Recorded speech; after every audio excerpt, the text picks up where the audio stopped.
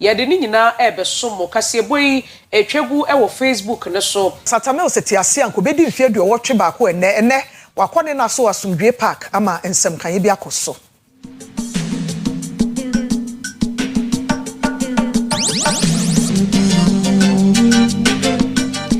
Yera Castle atofosen eyeswafo ya wo hwe sika semso no de atodwa kire sesisi ade economy no ekoyie pa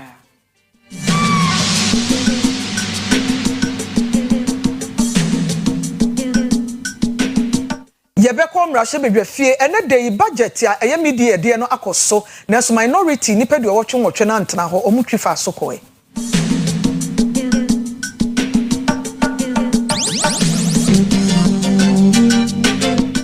yetu fani akwa akopie mu ewo enkrofo aman so na se eye Israelfo no kwan ya wo mo nam so wo mo kunkum Gazafo no ano ya ye de papa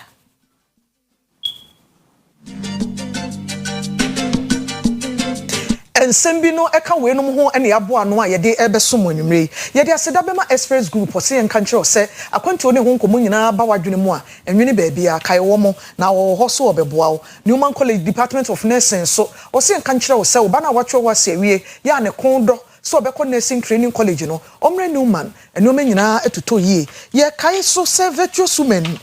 Promise Broadcasting Limited ne Oyerepa TV ne FM Promise TV ne FM ye kai mo se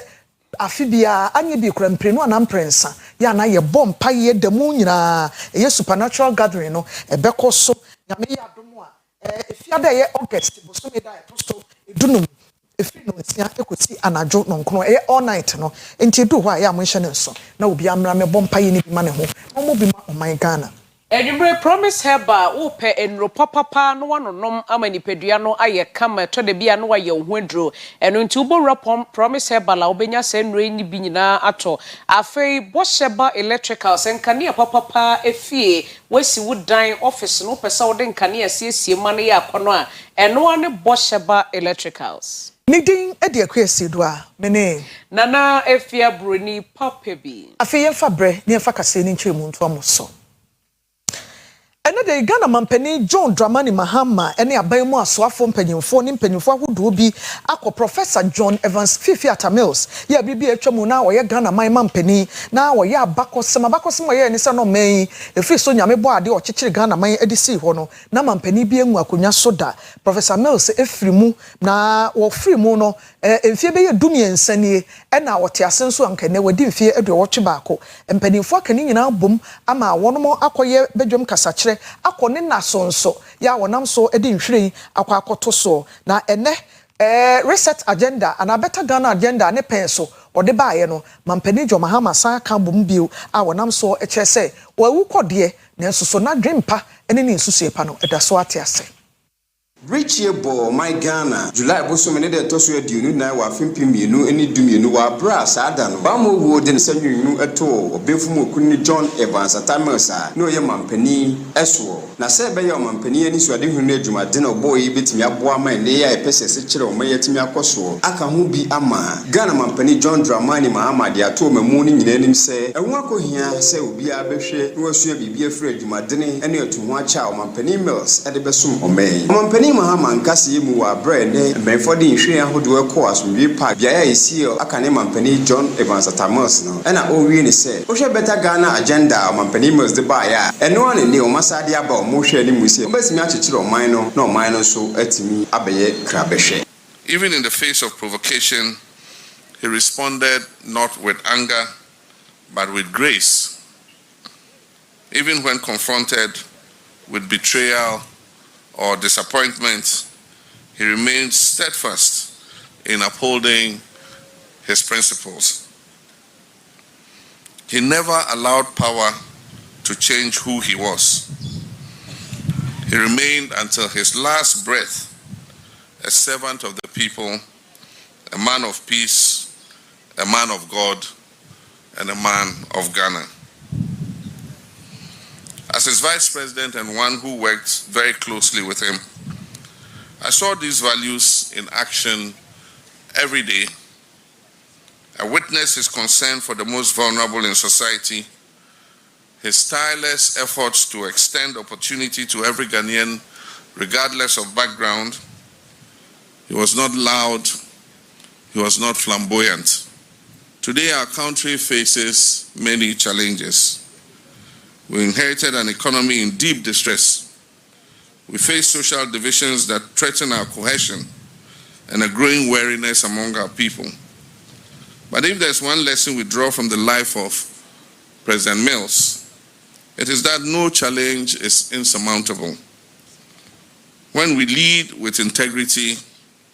when we listen with empathy, and when we govern with principle. It is that lesson that I strive to follow in the reset agenda that we have adopted.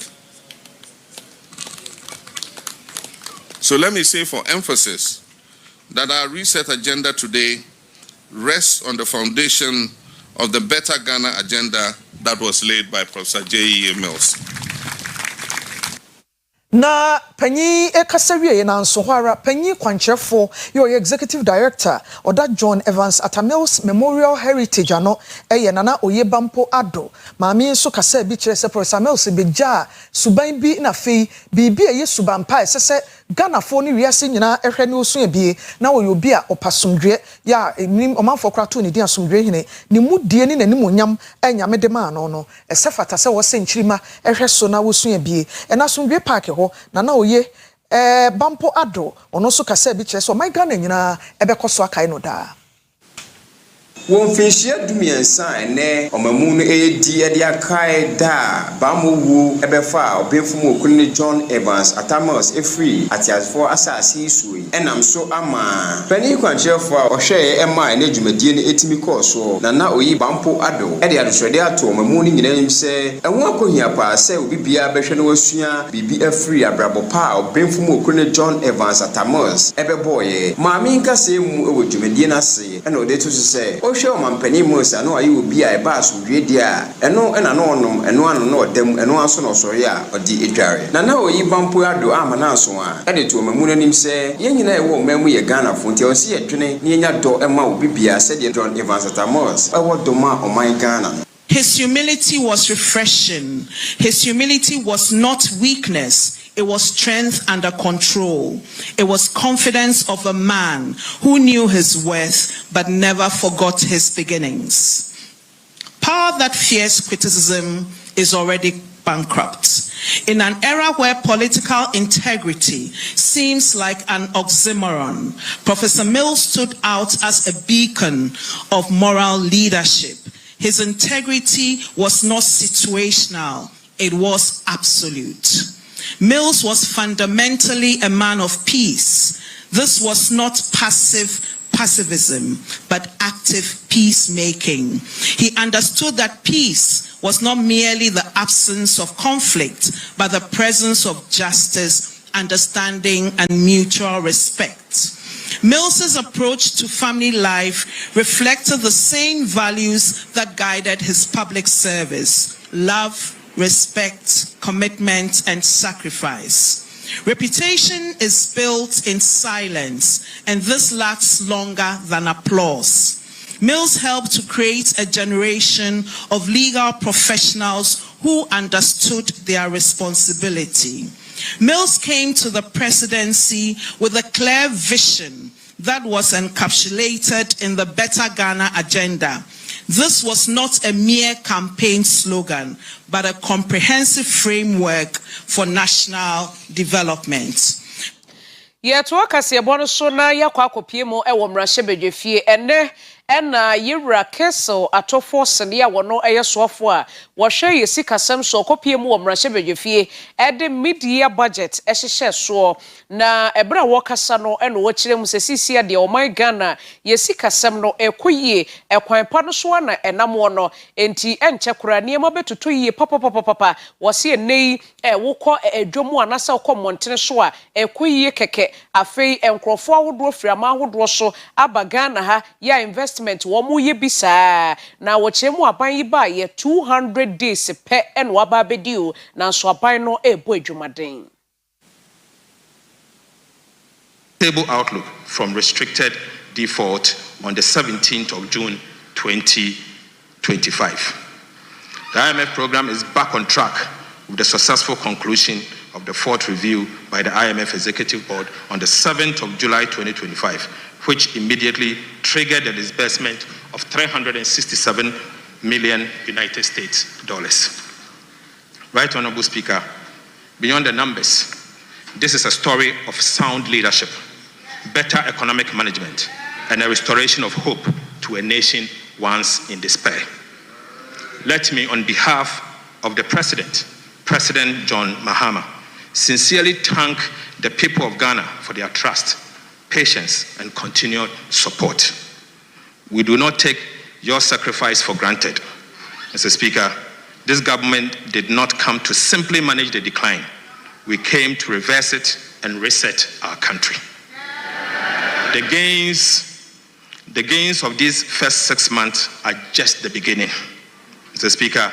these early successes only encourages us to stay the focus, stay disciplined, and continue to do more for the people of Ghana. There is still a long road ahead, but our steps are now steadier. Our direction clearer, and the national spirit has been lifted with the gradual restoration of hope in our democracy. We have moved from promises to purpose, from ineptitude to action, and from distress to relief. Mr. Speaker, we have established policy credibility and restored credit worthiness. Right, Honorable Speaker, the rest of my presentation will focus on 4 areas: macroeconomic performance for the first 6 months of 2025, the status of Ghana's debt restructuring, and the status of implementation of key government programs. Before I conclude, macroeconomic performance, Mr. Speaker, for January to June 2025. Mr. Speaker, the first half of 2025 has demonstrated our government commitment to economic recovery. Through prudent fiscal management, sound monetary policies, effective structural reforms, and strategic investment, we are laying a solid foundation for sustainable growth and shared prosperity. To put the assessment of the economy in the first half of 2025 in a proper perspective, it will be useful to restate the ambitious yet attainable macroeconomic target we set for ourselves for the year 2025. Na ebra yewra to force no obekọ mrasebedwefie na wode budget no ho nsem akoto dwa no okowura ho anedom kuma no wo msori pie ye yenko wo bo chese nyade a wo metena se na wo motie budget nkomo no bibia sanse ade bi ekoso a yenka ye enti no wo mbuofu na wo mo kiremu anano ablekuma abato ekoso a ye che maame ha wakumsin ebro no ebo nkrofo bi ka ho ampanyimfo ntumi anka ho hwe NDC mpanyimfo wo mampani John Dramani Mahama wontumi anka ho hwe ne de emma kwan ma wo mo ntumi ntena ho se wo mo ba betie ene budget akenkan a ebekoso enu nti wo mo sori pie.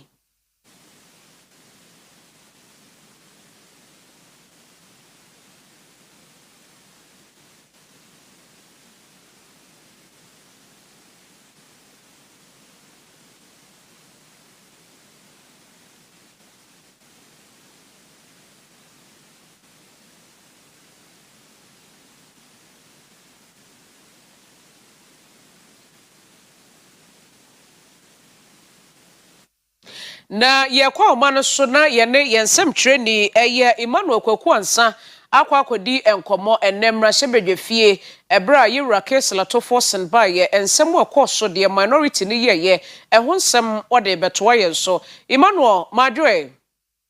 Afia mejoso ne gidi se wapomboko nyame adom ye kurakram ye de nyame ase ene minority ni chese wo mo ntena sintie budget no de de si pote wo hwe aye se de anopa no wabafo peni ema aye kukitu wo mreso jafie no nyampo franka no domfre odi tudwa anopa na ansa na omo pii no odi kan eka kire si okabu speaker sumi se mreso bedwa no etnase na omo beje aye finance minister amana bekasa o wonsemfo bi odi betudwa speaker tin na se omo bompa iwe omo hyaase no na obo speaker aye amane so person de nsem tudwa na speaker se kwan da ho omfa tudwa ti osori ye no na okobo so se ansana finance minister baba beka na asem no person odi tudwa se ablekuman ansama course koto aba rerun omampani nka ho hwe mpanifo oban mu nka ho hwe no ade ha dwen ye pa no speaker aka kire ne se ade a ono kwa wadwen ho no ho se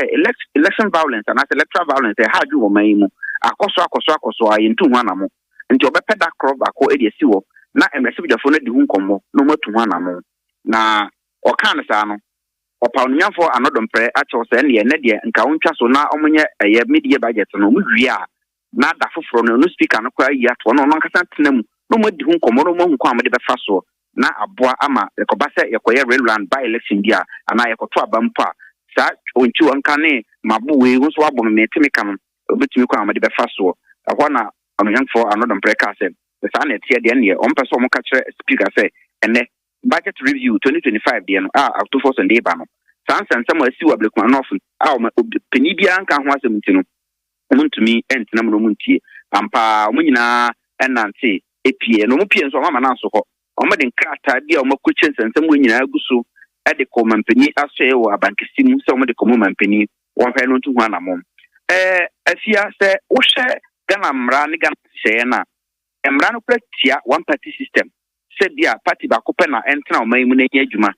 efo se kabima minka bia ma mu a yeguso a ye no e wo se parties ahodo ana ekabom na ye enu nti ya ma mra no etia party ba ko nanso sane dom kuma no pie free na se bia fia na budget na ekoso no nanka ya de be hadwin ye pa se fact parliament ba ko etwa mu ananka ba na sanka be hadwin na san se o mampani John Dramani Mahama ne members of parliament o mra se bia fie omoye two-third and over no it sounds more independence in Intina. I said that even though it's not the best for democracy and parliamentary proceedings. Check one side the better not a whole media review, not the other side in the whole. Now so some say NDC for those Intino. What you say if you na I am aka a year 187 seats now for the MPP for na anyhow. Osha na NDC for no even though omo check up on finance minister. But all quite now non kobon koma. Umani anye esan say omo che se enye sa na mambo no anase kamamika bi anase parliamentary business on keba no enti how say omo nuanom MPP for APA ye otebenka via na no omo se die enti na omo de asem wato dwa wo mrahye fie na speaker aka kire wo se enei eye budget ya kenkan na ebekoso enti mo ka amate munya abotre ne kenkan budget ni wi a etire yatena se edi san komo no na chinchina wo mo se wo mo ntiase almost a form of punishment to the government and then the NDC mpenifo wa aban musa say asam na ba almost ba kokra ha omkra na say sada na bato na ekoso no police ni bi yetete na o Madina commander Madina constituency commander ebo nsentro ni bi asum sa police ni no sada na yento aban kwa nwie no yetunu sinsen ya na say yetwe na so na de nti na besi ne omo aye hu omo video mu so omo heading crofo omo bon crofo na ne openi bia nka ho asem eno na ye omo ya nti omo punishment a omo de ma aban no ene say ene ye ntina mu kura in fact afia so de ye anya ntete be 4 days ago kura no omo kan statement kura wie ya ko mbesa pie enti na ne speaker so hu say omo kan statement ni wie no mbesa pie de ende onyo omo kan kura omo ntwen na da no be ya asi wo no omo ka ho asem fi so omo kan statement kura wie ya ko omo kan wie na omo ka masema wie omo san so pie ende na me ma on kan kura na wasan so pie ende mo pie pre ko na mo ka masema abonti na ekoba ne sa abusiafo yamane bofo eye Emmanuel kwaku ansa emrahye bedwefie nkomo ene de minority ni ye no eno ho amane bo ene ode ebreye no ye to so da so ginamu e won kran mrahye bedwefie hwa na Ghana so afo hwama no nsem so eye Samuel Okujeto Ablakwa ene wa hye parliament no ebo ana so se wakasem ode de ato wasom se na se basabasa ye yi ni ti otogo memu no obetimi aka se Ghana ni bia ni ho ane ho eka ye ewo ho ene yera Blakwa kiremu akire ayenkofa eda Ghana eni lome entem na ne nyina mu no na ban na so ye no edi nani edidi ekọ na chi papa ewum se togo hye danwo sa ena mo amemom nsesa ya mampanifo nyasingbe koyeye na maburu ni ti won hugu montene so nenso bibia ni ho esiye ana Ghana de hye bi eka ho Basa ya ekoso ewo Togo memu a akoye ohuhu se oman Ghana adehye bi kura nam so a weprepra no aka hu bi ama ahwe ya ehwe amonone nsem so a onumnyamfo Samoku Jeto ablakwa dano na babontia betwem se ye kasa nya de oman Ghana adehye bia eho aka opani nkasa emu no wotwem se ohwe oman Ghana nsia na emu a wo onkropon lome ene miaya hodo na oman yenhye ahodo a otimi ne oman Ghana adehye ho nyina edi ngita ho na wahu se Tibia esiye Oswafo ewie ne kaseye na odi tudwa se aban so ahye man Ghana diplomatic mission se wotogo mem nyina se onfa numbers ahodo nto se be ya obebia obekwa onyehiam no obetimi frɛ na be ya owo no wakoma ne moa. Currently, only the main Afia border crossing and the Bit 9 pedestrian border post remain open to travelers. Meanwhile, the situation in Lomé remains calm, with businesses and offices, including the mission, operating normally without any hindrance to their activities. In a briefing to the diplomatic corps on 4th July 2025, the Foreign Minister of Togo, Professor Robert Doucet, reiterated the government's commitment to peace and security and assured the diplomatic community that the situation across the community remains stable and peaceful. Ghanaians living in Togo. Right Honourable Speaker, I am pleased to inform the House that there have been no reports linking any Ghanaian national to the recent fatalities or arrests in Lomé. The cases currently under investigation by the Togolese authorities pertain to individuals whose activities do not involve any Ghanaian citizen.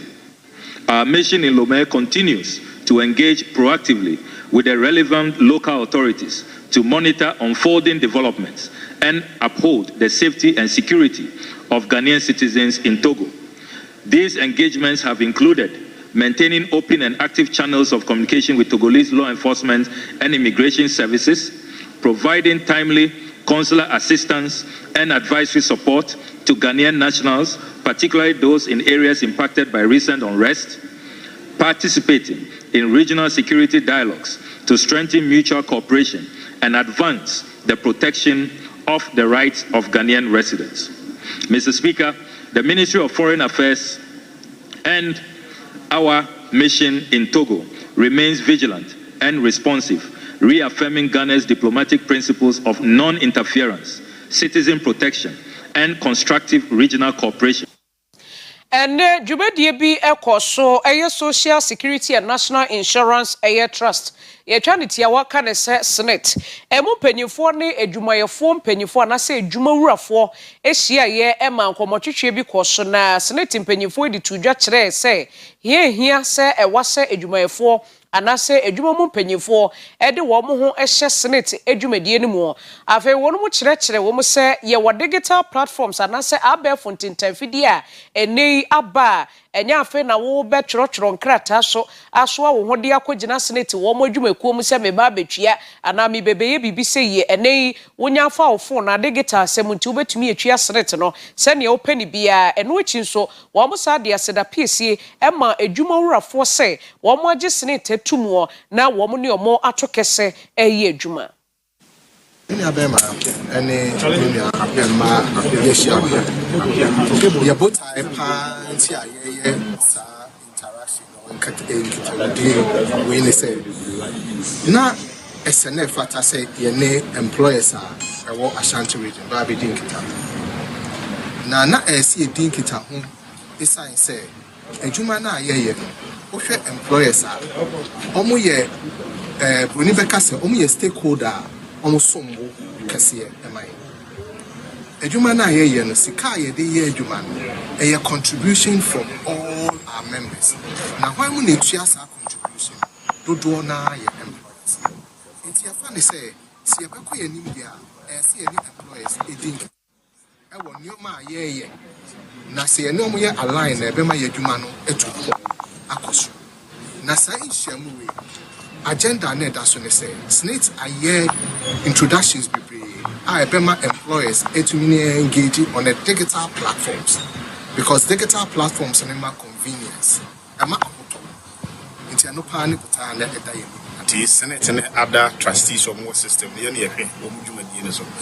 time I make us now inside America say, you're not Senate in an year to jump back. You're more, and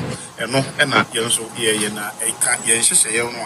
the among first and anchor was on this one. This was swap on Crata by office, but then you know, a more automated system also made us one from the comfort of your office. No transfer at the rent is a grand scheme, grand agenda. Oba, you was your baby friend. First, rank a year, your friend compliance based, but then you're moving from compliance.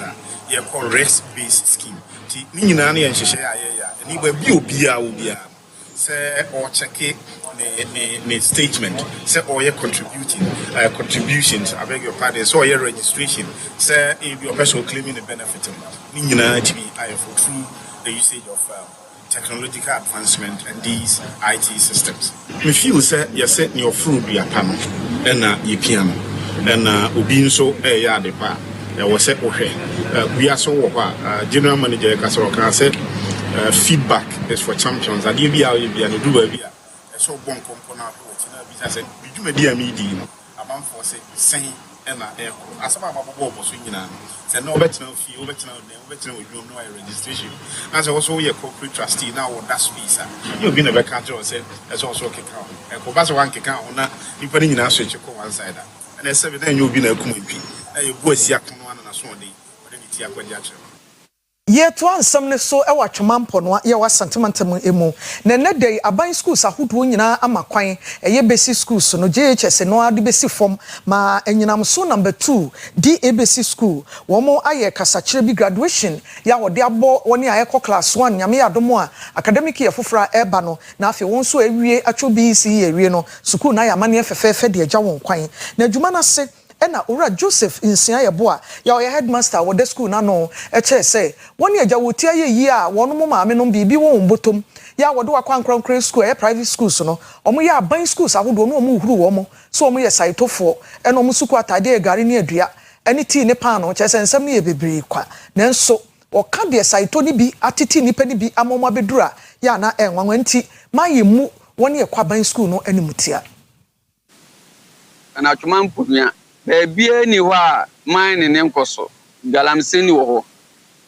Enkin kan ni JSS3 for no. Or register we our school bi. Bo hune bi twi abobo ya. Ebi nso ko night oba wo che na de kwa na woda. Ni nyina ye konkura ne na so. E ka jom say there is time for everything. Omudo munwie school no. Na zo wi ado pese oye bia obetimi aye. Ye ni awofo no bi nso kasa. E ma omutu nkura ne fo. Na ni nyina ya na gina awofo no so. Awofo ne mboa ebi kura kan say na odi amanfo ekotwiska no nkobi eno eha nti ekirechiro mumu a ra bi akwa bi ho ya ade pa nso bon say